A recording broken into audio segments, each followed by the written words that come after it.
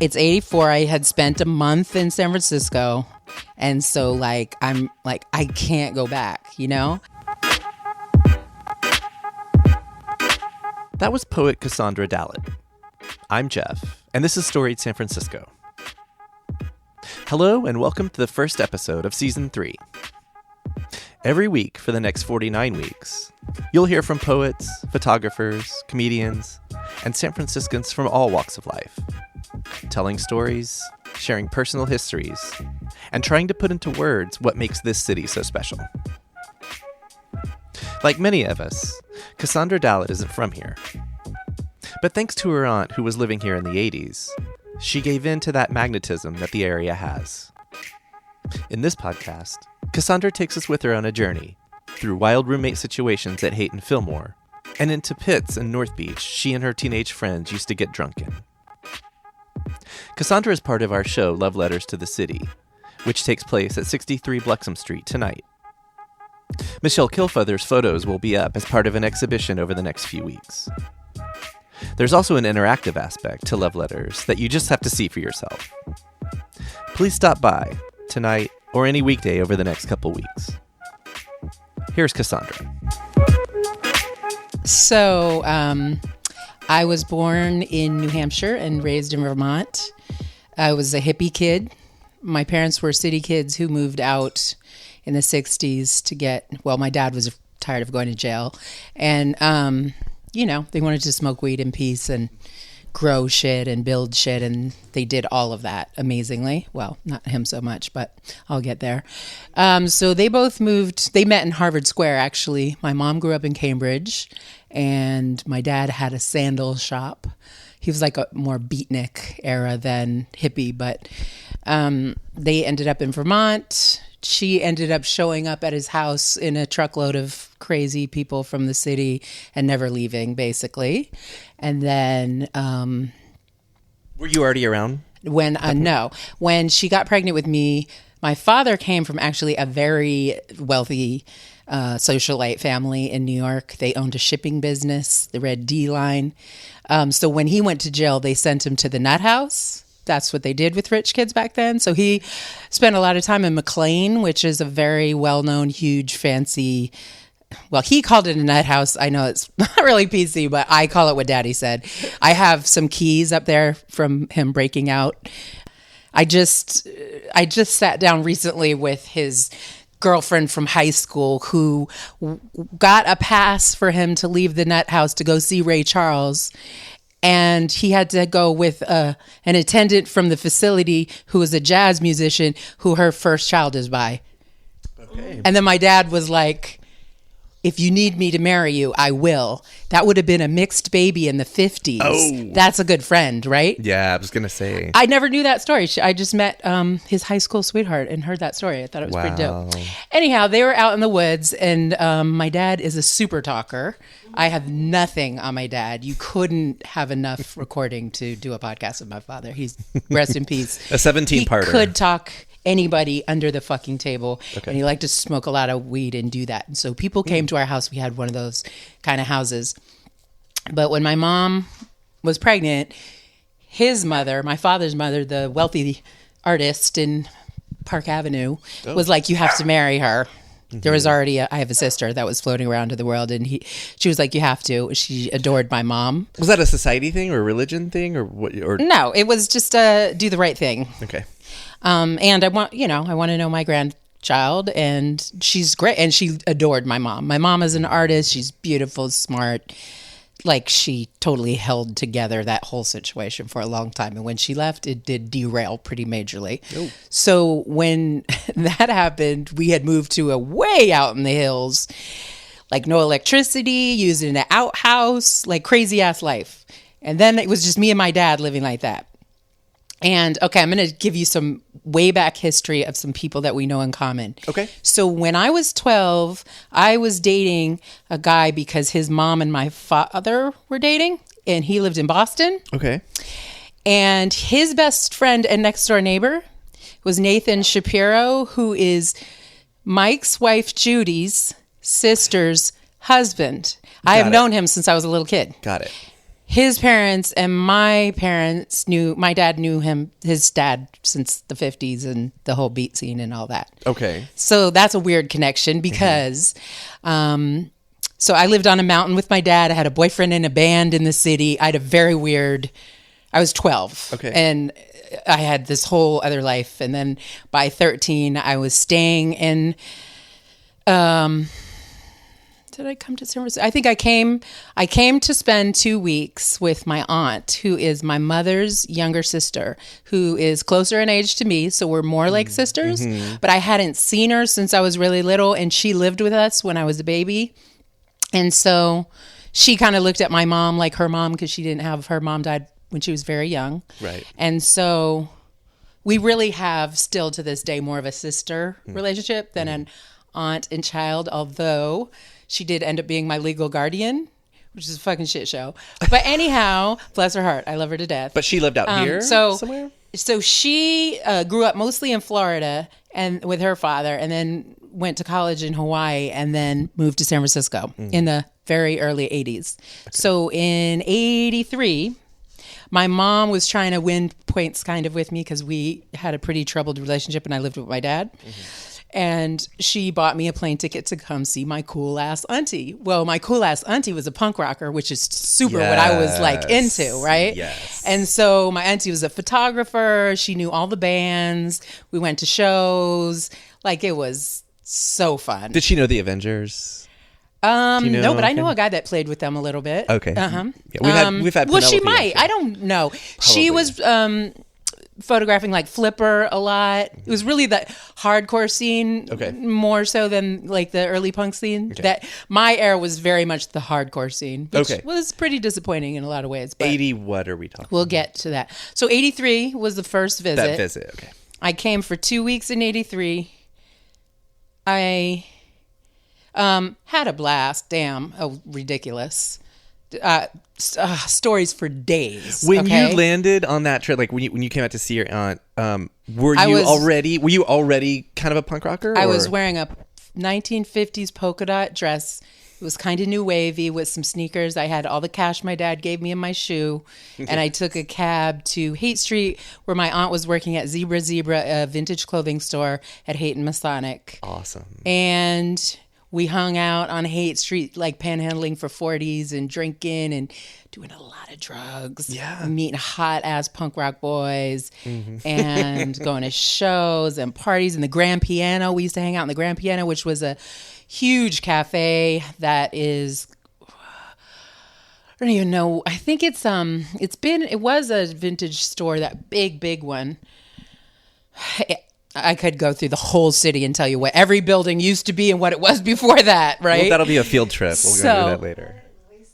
Yes. Wasteland used to be the Grand Piano, which was a huge cafe with like a back room too, and there was food, and it was really a hangout. It was really a scene, but there was a lot of cafes on Haight Street then that were like that, and we used to hang out in all of them. What other music venues? You said you're seeing a lot of shows.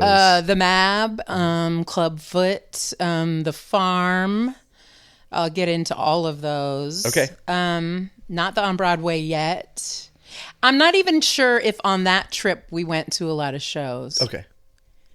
But was that the year after? Okay. Well, whatever the case, I don't really remember if we went to a lot of shows then or whatever. Definitely and panhandling. I don't think I did for after 40s. that year. But the next summer, I had found my sister, my half-sister, and she lived in Boston, but she had actually spent most of her youth out here. She came out when she was like 15 or 17 or something, and lived in Berkeley and Oakland, and was all over the place. And then she had moved back to Massachusetts to go to Mass Art. Okay. And was funding that rather illegally. And we were having a lot of fun. So I somehow got myself down there and was staying with her. And we were up at 4 a.m. or something, as we tended to be partying. And she was like, well, we were talking about California, and, she's like, why don't we just go? She had money, not a problem for her. And then so it was just kind of like, I called my dad and was like, hey, we're going to fly out to California. Could you send me a little money or whatever? And my dad kind of whatever. He was also partaking in the drugs that we were. So How old were you at this point? I was 13. Oh, wow. Okay. I'm 14 now because the first year was 13. So now I'm 14. Okay. I was bad and really fast. We hung out in these. She sold to the staff at this Club 29's, which was a like real upscale restaurant. 80s. Everything was all like gleaming black, and all the waiters. Yeah, a lot of mirrors. Really funny. For obvious reasons. I have great pictures from that place with her. Anyhow, we just decided to fly to California. I was just trying to get to the punk scene, like to boom. I want to be going to shows. I want to be hanging out. I want that, right? So I flew out with her, went to stay with my aunt. My aunt like gave me acid. I tripped my balls and went to Rock Against Reagan, which was at the Moscone Center. And my sister was there too. And it was like Dead Kennedys and Flipper and MDC. And MDC just wrote a book that mentions it. The Dave MDC, the Dave Dichter, who also is my label mate on Manic Depress. And was that your first acid trip? Yep. She left me in a room by myself with a mirror. And so by the time we went to the show the next day, I had like this much thick pancake makeup because I kept trying to cover up what I was seeing in the mirror. And it was really bad. And the pictures are hilarious. I had so much black eyeliner and white makeup on. It was like a death rocker, but I wasn't really a death rocker. Yeah. Are there pictures? There is. My sister has them. I got to get a hold of them. Okay. There's definitely good pictures from that day. And my aunt has good pictures from that day, too, of herself. Like, she had really long hair left from the hippie days like my mom did, but she shaved it and had, like, cat ears in the front. And wow. Yeah. Sounds rad. And she did a lot of both photography and also art for the Slug Lords album. She's on the cover of the album. She painted a leather jacket with their trails of slime. Cool. Anyways, were you political yet at this point? I mean, that's kind of young, but also when some people start. I don't know that I was ever that political, or probably am more now than ever before. I was. Yeah, I mean, yes, I listened to the lyrics on those songs and was like, fuck this whole shit. Right. My aunt always called me a nihilist because, okay, so that was 14. So I shaved my head that week probably. So I'm bald. I was, mind you, I'm a tall person. I was this size since I was 12. So I got into bars as a 21-year-old without a problem at 12 and 13 and 14. So that was a thing. Right. So, yeah. So full on shaved, not Oh, full on shaved. Okay.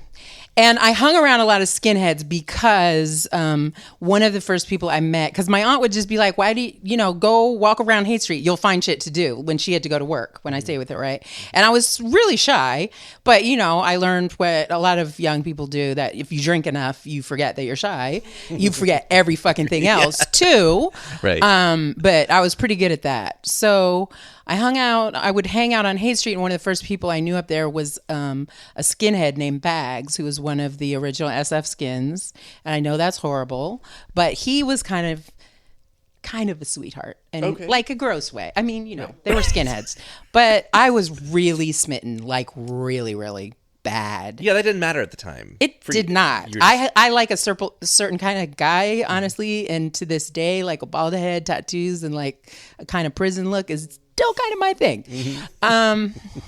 The majority of my life has not been in the punk scene. It has been really in the hip hop scene. Okay. Yeah. Anyways, so that's what makes later. it all weirder, but that's all later.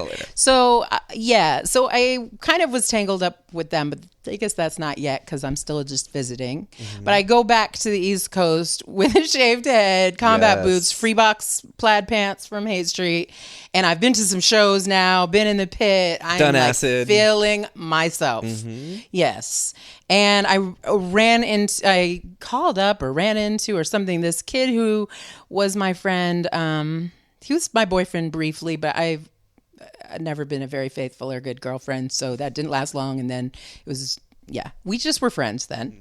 And we were both kind of punks. We were both really into the Clash and I forget what else, but we were both heading that way. And so we were hanging out and I was trying to figure out, like, we can't go back to this rinky-dink fucking school in the woods, you know? So we hitchhiked to New York and we were sleeping on the street. And my mom, I finally called my mom just to say, like, I'm alive. I'm not asking you for anything or telling you anything except to know that I'm okay. I'm here and I'm not coming back to live in Vermont. That I don't care. So it's like a week before the school year would start. Still 84? It's 84. I Still had summer. spent a month in San Francisco. And so, like, I'm like, I can't go back, you know? And so... So mom's is amazing. My mother's amazing. She says, what if, she's like, you know, it's really hard to live on the streets. Like, it's not as much fun as you think it is. Dropping out of school and living on the streets is not going to be that great. She was like, what if you could go to San Francisco and live with your auntie and you could stay in school? Oh, shit. I was like, I'm here for it. I'm here for it. So I went and stayed with some old friends of my parents in the village. And Patrick, that was my friend, my crazy ass friend. And we stayed up all night drunk on St. Mark's with some other friends that met us down there. And then his mom like scooped us up and drove all night and drove us to sign up for school. We were like filthy, still drunk. Oh my God. Both of us, we had spiked his hair with wood glue or something, so he had like really crazy hair. Yeah, because sometimes you're like, anything that'll Whatever do. you got handy. Yeah. It definitely held. Was this? Would this have been high school? Yes. So Freshman-ish? we went to 10th grade. We went to sign into 10th grade, and we smelled bad. Like we were like, fuck all of this. But I was just like, I'm doing my time now. That we're working. We have a deal. Right, to put through. I know my auntie is not going to turn me down on this. So by January, I'm moving to San Francisco. It's happening. So I do my little few months there. I'm listening to the Bad Brains on my Roar yellow cassette that I mail ordered, and my Let Them Eat Jelly Beans compilations, stuff like that. Stealing Mom and Jeffrey's George Dickel whiskey, which is fuck. I still cannot look at that stuff to this day. And then I flew to San Francisco on, I believe, January 20th, 1985. Okay. I flew on People's Express to the Oakland airport because that was the cheapest thing to do back then. Do you just have amazing recall? Because I'm a writer. I've had to remember this stuff to write it down. And if my calculations are right, that would have been the day that Reagan was reinaugurated. I think that might be right. Right around that. It was also the 49ers. It was a huge 49ers win. Super Bowl. And so the city was all 49ered out. Yep. Like everything about moving here was so fucking exciting. I remember that cab ride, that first cab ride when you go from the airport. I remember that shit so well. But this time I got off in Oakland and we had to get to the BART, and it was my aunt and her boyfriend. She had moved from Hayes and Cole to Haight and Fillmore and was in an apartment full of roommates, as one does, and was with her boyfriend, who was a lunatic, street kid, weed dealer from Haight Street, a fucking lunatic. And so I had a duffel bag and a boombox, a bald head, combat boots, and I moved into this little tiny room in there, and I had like a little mat on the floor, and those were my items. Within the first day I was there, the house was broken into, and the boombox was gone. That was day one of San Francisco. Were you crushed, or were you just like, fuck it? I was just like, fuck, okay, it's real. Like, get in the right headspace. This is real. Back then, was Lower Haight Lower Haight was still a mostly black neighborhood. I was going to say, so it was still different than Upper Haight. There was that distinction. It was very distinct. Lower Haight is really technically Fillmore. Right. So Lower Haight was still a black neighborhood predominantly, but it was on the cusp. So we were at Haight and Fillmore. We had a crazy ex-Catholic priest gay man that lived with us, Stephen with the talking parakeet, that said, only help, it's a people attack. His daughter, who was also gay, and her partner, who was in the army and sometimes was there, A whole cast of other fucking This was in the same crazy building? roommates. This is just the Or flat. just the flat? Just Okay. there's just the flat. Yeah. And then me, my auntie, and her boyfriend, who literally like fought every waking moment. They were always fighting, always screaming. There was always crying, shit being broken, and he was a weed dealer, so there was a lot of people all the time. This is like a version of Tales of the City. Like, I think a lot of people read Tales of the City and you're like, oh, he must have known a couple of really interesting people. I'm like, no. This was all over San Francisco. This was one flat in everyone one had building on one block of interesting collections of people were living as roommates. Trust. I mean, when I left that apartment the final time, our rent was still like $750 and we had like 6 fucking rooms. Yeah. So each person was paying like under $100 or right around that. Yep. So, and Haight and Fillmore looked like Walgreens was already there, which is not anymore. It's now CVS. But that had been a corner store, which actually a friend of mine's parents, a black family, owned. Rest in peace, because both those parents are passed. But and there was like Lee's Popular Market. I don't know if that's still there, which is always like my favorite is Hoods. And I was just talking about this in Oakland. There's a lot of old markets that were like Chinese owned that catered to black people. And because it's like everybody really eats soul food if you get back to right? They know about some oxtails and some pig's feet and shit like that. And that was that kind of grocery store. There's O'Looney's and he's still there. And you should always go see Muhammad if you're ever at Haight and Steiner. That's our dude. He sold us so much alcohol when we were kids. And I always stop by and chat with him when I'm in the neighborhood. Awesome. There was the Peacock Lounge, Jimmy's West Point. There was Aquarius Barber Shop. The health food store was already there. Already called Whole Foods, or is that the one you're thinking? Yeah, the corner one. Yeah. That same. We're probably gonna get sued just for saying that on the podcast. Oh Jesus! But that's the name of the fucking That store. is. It was there before. Yeah, it's been there a long ass time. One of our roommates used to work there. Several of our roommates worked there. Come at us, Amazon. We're here. There was Fat Ladies, which was a candy store that later turned into the tattoo shop on Fillmore, but that was a black-owned. There was a lot of black-owned businesses, just so people know, a lot. There was Miss Vicky's, where we used to buy our hair bleach, the candy shop. That was the same family, and they owned quite a few businesses around there. Anyhow, I digress. But there was not a lot of white families down there for sure, and there was us. And there was some party houses down there, but mostly Upper Haight for all that. So mostly for me at that time, I would just go up Haight Street every day. That was, okay. I did enroll in school. And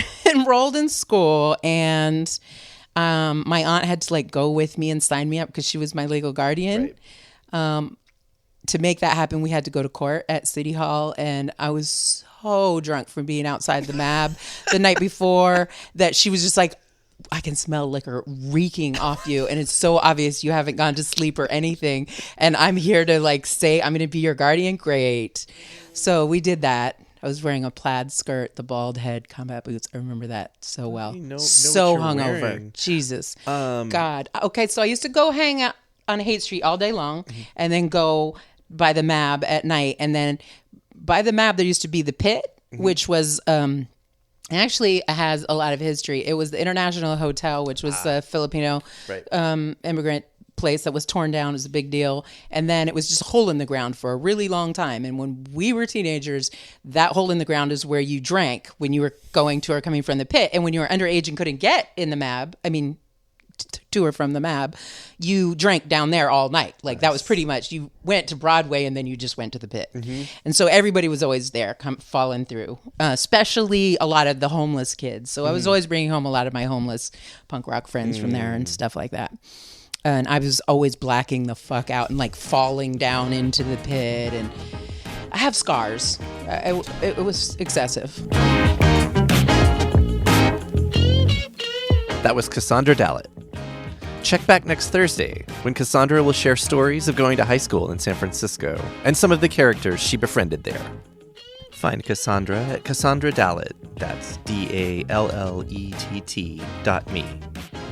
She also has her own podcast, Badass Bookworm. Music for Storied San Francisco is by Otis McDonald. Film photography is by Michelle Kilfeather.